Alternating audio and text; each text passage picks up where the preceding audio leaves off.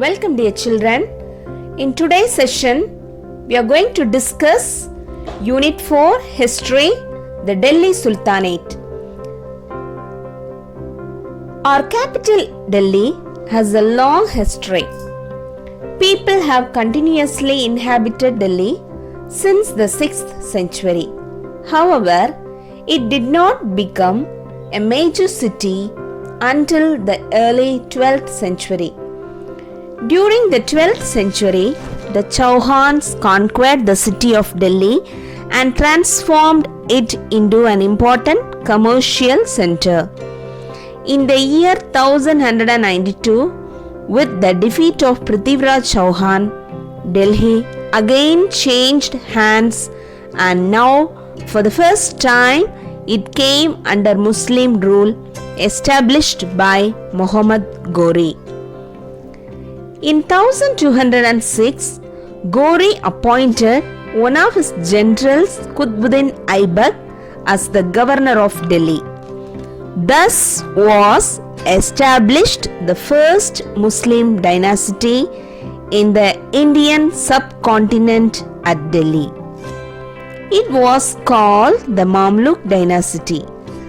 From 1246 to 1526, Delhi was ruled by different Muslim rulers.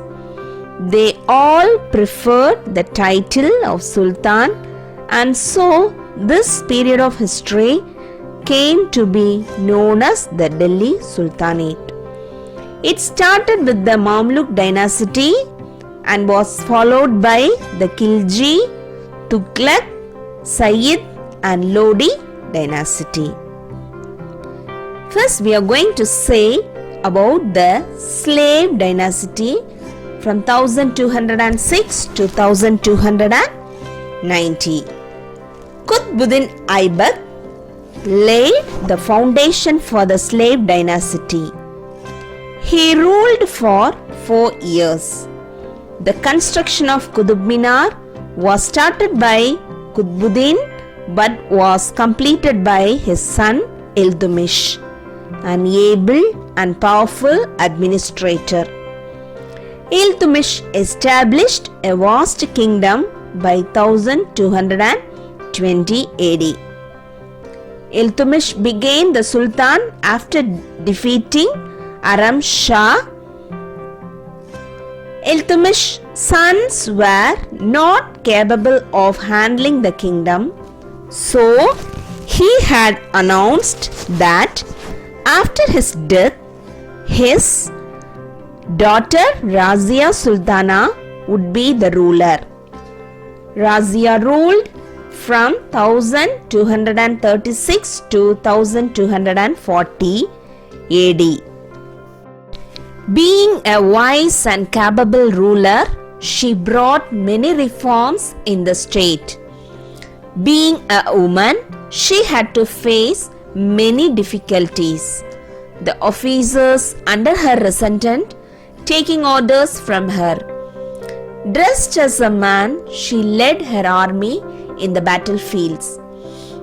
This created displeasure in the male-dominated society.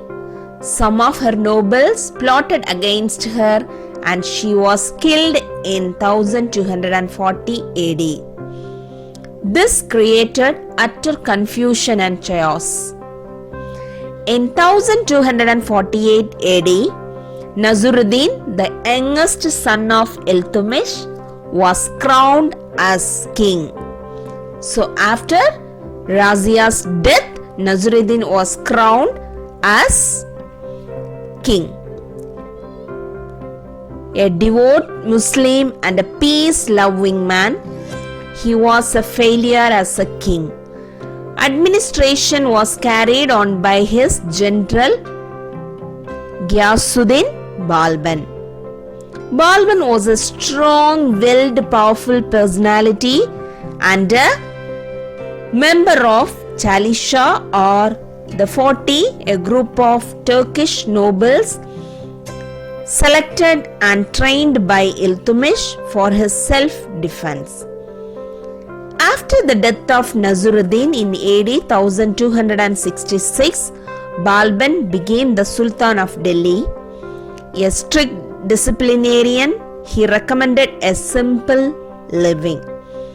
Balban died in 1287. His grandson was the last ruler of slave dynasty. He was murdered in 1290 and the throne went to Khilji dynasty. Let's stop here for today. Thank you, dear children.